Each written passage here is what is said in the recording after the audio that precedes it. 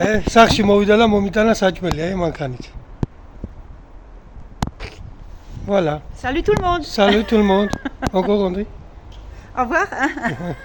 C'est pour qui ça? Oni თქვით რა გააჩმახა საქმეო, მაგრამ თვალები უნდა დავთხარო ჩვენ თავრობას რა. აი ეს არის აქ ლტოლვილის მაცივარი. აი ხო შეხედეთ, კვერცხით ხო სავსე მაქვს. ეხა უყურეთ აქ, ეს შებოლილი ვიჩინები, ეს უნდა მოიხარშოს გარციცას და ლუდთან ერთად. აი ცოტა ხანი დაბლა ჩავი, სავსეა რა. აი ეს ნეკნები შებოლილი უყურე, აი ეს აფენის პივინოიში რამდენს მოგიხარშიათ და მიგირთმევიათ. აი ეს სასისკი, აი სასისკები საქართველოში ვერ ვყიდულობდი, ისეთი მაგარი რამეა. ეს სტეიკი, ეს ის არის ქათმის ფილე. ეს აქ დავდო. სოსისები, მოცარელა, აი ეს ყველი, პრეზიდენტი კარაქი, სავსეა ხო? აი მას გვაძლევენ უფასოდ. სავსეა მაცივარი, შეხედეთ, როცა არ მუშაობს საფრანგეთში, რას გვაძლევენ? რა სახში მომიტანეს, იმ დღეს ხო არ წავედი. ხო და ამ ადგა და ჩვენი დედობილი ასაკოვანი ქალი და ამაზე კიდე გავამახვილებ ყურადღება, სახში მოიტანა და ისე შემწყდა, რომ აწი მე თუ არ მივედი საჭმლის გამწამოსაღება, ცირცხვილია ამ ხელა ქალი სახში მომადგა რა. და აგერ მომიტანა რა. ჯერ ახლა აგერ უყურე, ორი იაშიკი კარტოფილი არის, სავსე არის. აქეთკენ კონსერვები და ისინი ლობიოები სავსე. ეხლა აი მე თქვენ აი რა მომიტანა ქალმა, ეხლა უნდა განახოთ და ამოვალაგო ეს ყველაფერი თქვენ თვალწინ რა. რა მომიტანა, მაცივარში აღარ ეტევა და უნდა საყინულეში შევალაგო. ქათმის ხორცი. ეხლა მე მითხრა ეს რომ 25-ში ხვალე გადის ვადაო და მე უთხარი საყინულეში შევდებ და როცა დამჭირდება გამოვიღებ პირდაპირ და მივირთმე. პირდაპირ მაღაზიიდან მოვიდა რა და არ არის მეთქი პრობლემა. ანუ სულ ყველა ესეთია რა, 2-3 დღე რო აქ დარჩენილი, 2-3 დღე რა მათ მაღაზიაში არ დევს, 2-3 დღე რო ვადა აქ თავისი ქართული ვადა. უყურე რამდენი რაღაცები მომიტანეს. კიდე უყურე რამდენი რაღაცები არის. კიდე უყურე რამდენი რაღაცები არის. უყურე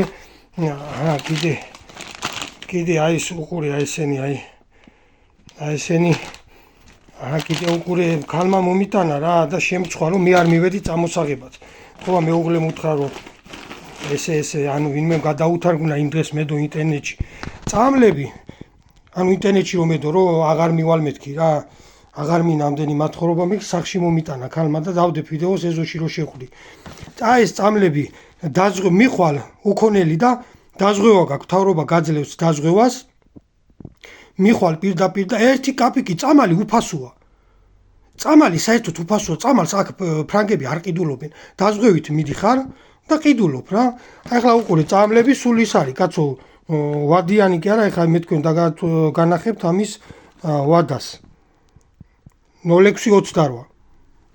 თუ ვინა ეს პატარა ავიღოთ ეს წამლები 1-400 ლარის მაინც იქნება მანდ და აქ ვაფშე უფასო არის. 0727, ვადა. სუ ვადიანები, ვაფშე ვადიანები არის, ეს აიდან რა გინა სულო გულო. რავი, კოდეინის შემცველი გამაყუჩებლები, ყველაფერი, აი ყველაფერი ეს წამლები არის უფასო აქ გესმით?